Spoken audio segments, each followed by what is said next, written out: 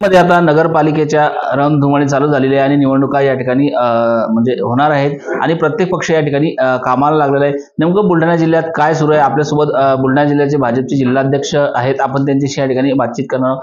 काय परिस्थिती आहे सध्या जिल्ह्यामध्ये?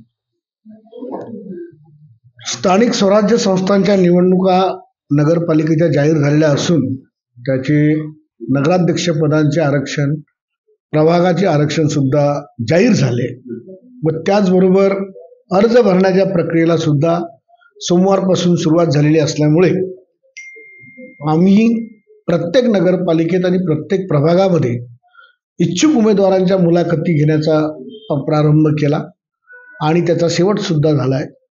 पक्षाचे निरीक्षक चेनुभऊ संचिती येऊन गेले। त्यानंतर जिल्ह्याचे निवडणूक प्रभारी कामगार मंत्री आदरणीय आकाशदादा खुनकर आणि निवडणूक प्रमुख आदरणीय श्वेताताई महाले पाटील यांनी मेहकर, लोणार, देऊळगाव राजा, सिंदखेड राजा, चिखली आणि बुलढाणा या सर्व नगरपालिकांच्या मुलाखती सकाळी 10 ते रात्री 11 वाजेपर्यंत नगराध्यक्ष पदाच्या मुलाखती, नगरसेवक पदाच्या मुलाखती या सर्व घेतल्या आहे आणि तो संपूर्ण अहवाल आम्ही पक्षाध्यक्षांकडे मुंबईला पाठवलेला आहे।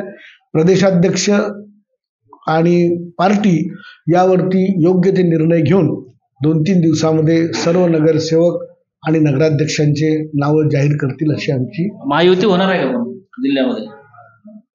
महायुतीच्या बाबतीमध्ये यापूर्वी सुद्धा मी माझी भूमिका स्पष्ट केलेली आहे की पक्षाने आम्हाला ज्या सूचना केल्या आहेत की ठिकठिकाणचे स्थानिक पदाधिकारी हे प्राप्त परिस्थितीमध्ये पक्षीय बलाबल, जागा वाटपांच्या जे काही एकमेकांचे प्रस्ताव हे सर्व बघून त्या ठिकाणी निर्णय घेण्यात येतील।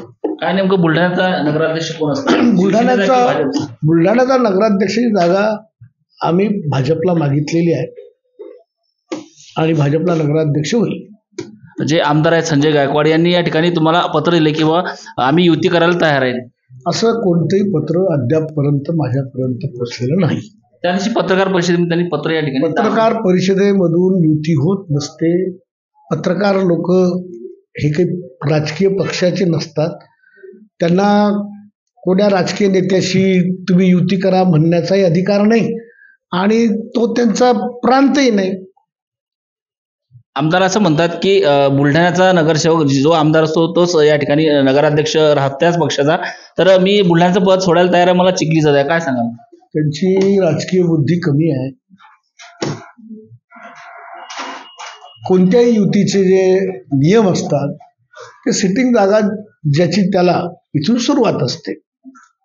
ज्याप्रमाणे सिटिंग आमदार ज्याचा ती जागा त्याला युतीमध्ये जात असते, त्याच धर्तीवरती नगराध्यक्ष जर सिटिंग ज्याचा आहे त्याला जातो। चिखलीचा नगराध्यक्ष हा भारतीय जनता पक्षाचा कृणाल बोंद्रे मागच्या वेळेस कमळावर निवडून आला 2016ला। ती जागा चिखलीची भाजपलाच राहील, ती मागण्याचा कोणाला अधिकारच नाही। आणि राहिला विषय बुलढाण्याचा, तर बुलढाण्यात 25 वर्षापासून ना शिंदे गटाचा नगराध्यक्ष ना भाजपचा नगराध्यक्ष। मागचा नगराध्यक्ष ते वंचितचा होता, त्याच्या मागचा राष्ट्रवादीचा होता, त्याच्या मागचा काँग्रेसचा होता। तर ही अशी बुलढाण्याची 25 वर्षाची राजकीय परिस्थिती आहे आणि त्यामुळे ज्याचा आमदार त्याचा नगराध्यक्ष हे जे म्हणण्याचं त्यांचं धोरण आहे हे चुकीचं आहे आणि कमी बुद्धीचं आहे।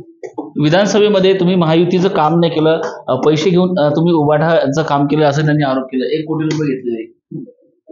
त्यांच्या आरोपाला मी अतिशय चांगल्या प्रकारचं उत्तर मागच्या वर्षीच दिलेलं आहे, याही वर्षी दिलेलं आहे की त्यांचे आरोप हे बेताल, बेजबाबदार आणि दुसऱ्याची बदनामी करत असे आरोप असतात।